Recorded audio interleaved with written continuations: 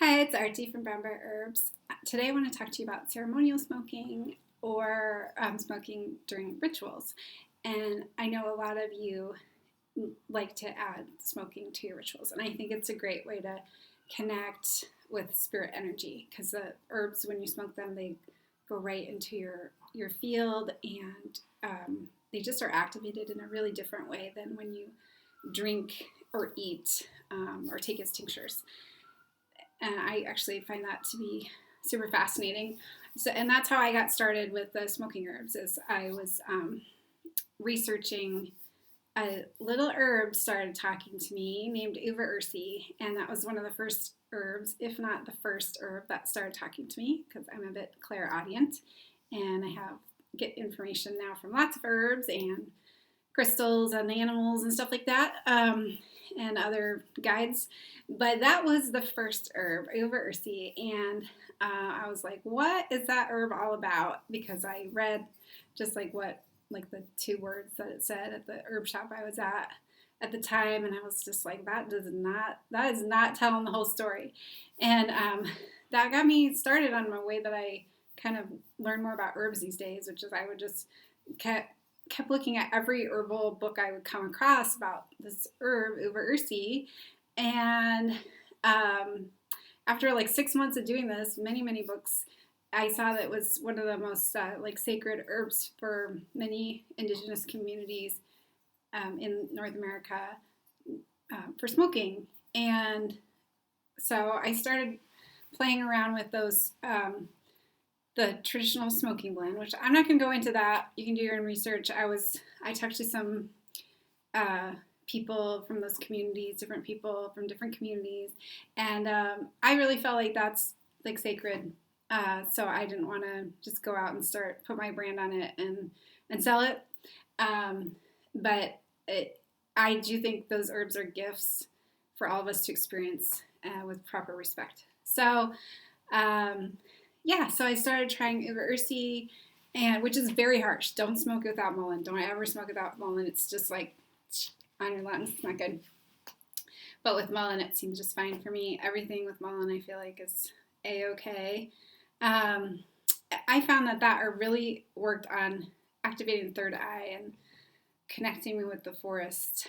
So I love that. But and then I got more into experimenting with different herbs and how they affect me.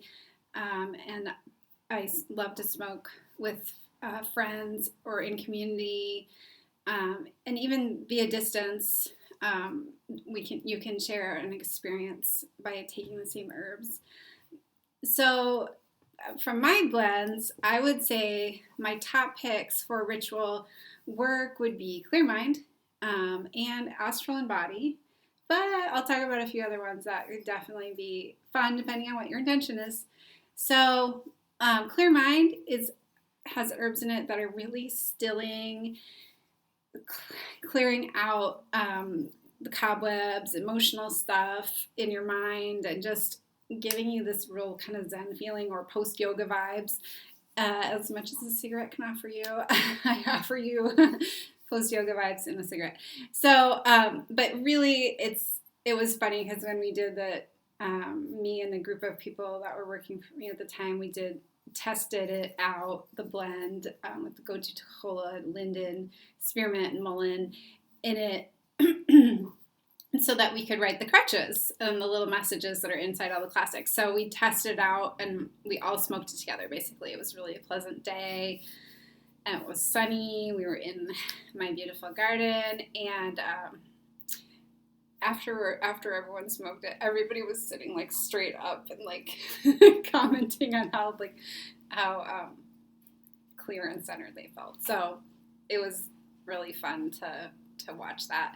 So if you're wanting to do ceremonial work that's more about clarifying and really focusing to manifest, but like the overall vibe you want is just like very airy and clear, I think that one is great.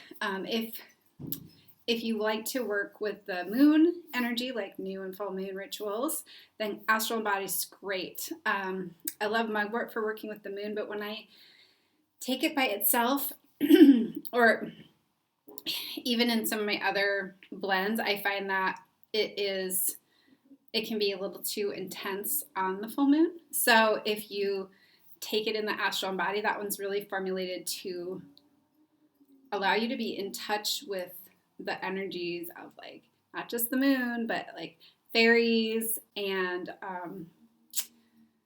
otherworldly type of energies, but grounded in your body. So it's kind of an interesting feeling because to me, when we tested this one, similar thing where me and the group of people that were working for me at the time, we smoked it and it was on a supermoon. So we were like, it was very intense energy that day. And we just felt like so in touch with our energy body, which is very mugwort. But mugwort, usually it can be like so expansive and floaty that's almost too much for people. But instead it felt like we were attached to our bodies. So like this energy field that we were feeling was not like so far away. It was just like, just be more more connected to our energy around our bodies. So we all felt like it really softened that supermoon energy of that day. And also it definitely inspires wacky conversation. So I always say, don't text or drive, because you might not think that you were quite so funny or interesting on another day. Like you write something really weird to a friend while you're smoking it.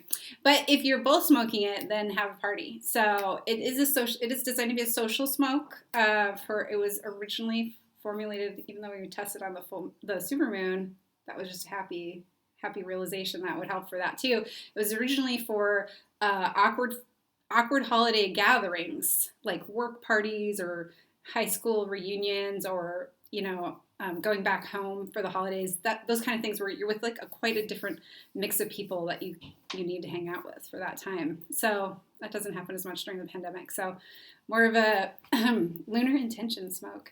I'd say it's not as wacky if you're smoking by yourself. I tend to feel like it's just a very soothing, calming, but you're still in touch with those energies. If you want to work with the moon, you want to work with kind of like helper fairies, something like that, it's a great one.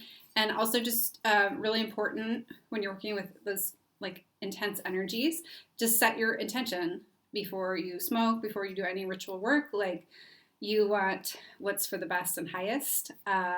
You don't want any negative influences. You want positive influences that will help you and help you in a time frame that you can manage. Because fairies are don't understand human time frames so well, so they might throw a lot at you, and it's too much at one time or something. So you just think about what you need and you want, and as you continue to do ritual work, then you will learn more about how to set your intention so that works the best for you. But it is important, and ask for good boundaries. So that's great. If you're doing kind of like a luck attraction thing, then you could definitely use Lady Luck. That would be fun. And since it's kind of like a little bit campy, I kind of was playing with the ideas of the classic Lady Luck, like on the like tattoo, like trying to shift that to a positive vibration by helping women that are less and girls that are less fortunate through the donations to the Malala Fund, which Lady Luck purchases support.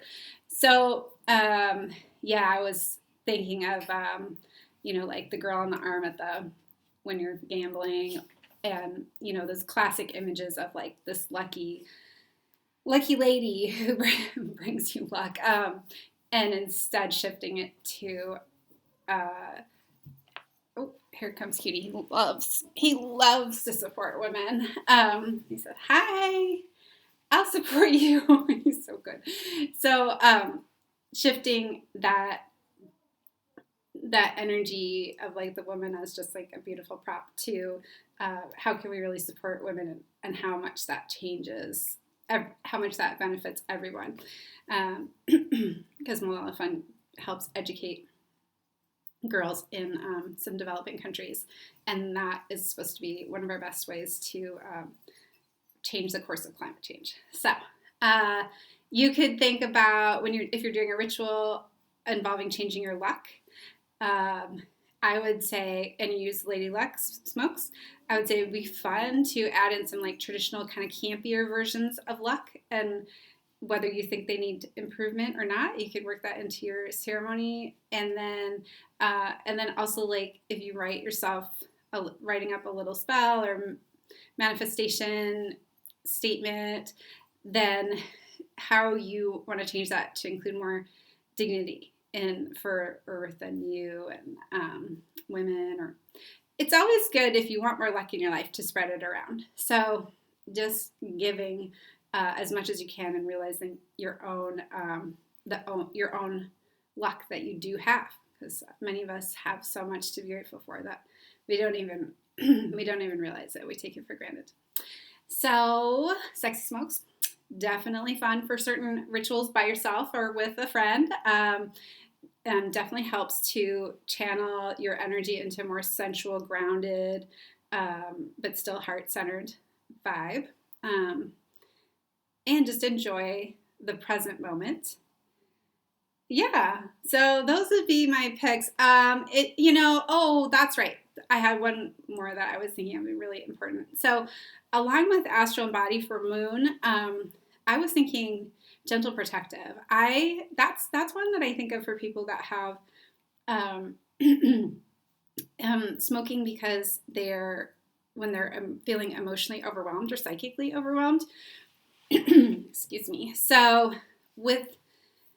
I was noticing with different friends of mine, people I knew, that sometimes during certain phases of the moon, like for example, if your moon is in Pisces, when it's in its opposite sign of Virgo, you might feel very uncomfortable emotionally. And I knew one person in particular who was a Pisces moon, and every single time the moon was in Virgo, she would kind of retreat and engage in self-harm. And that was really sad for me because I wish I could be supportive for them, but they were not able to connect at those times. But you might pay attention. I know for me, my moon is in Aquarius, and when the moon is in Leo, I'm kind of not this year because I don't get to interact with very many people, but usually I'm kind of like, what's going on with everybody? Why is everybody acting so funny?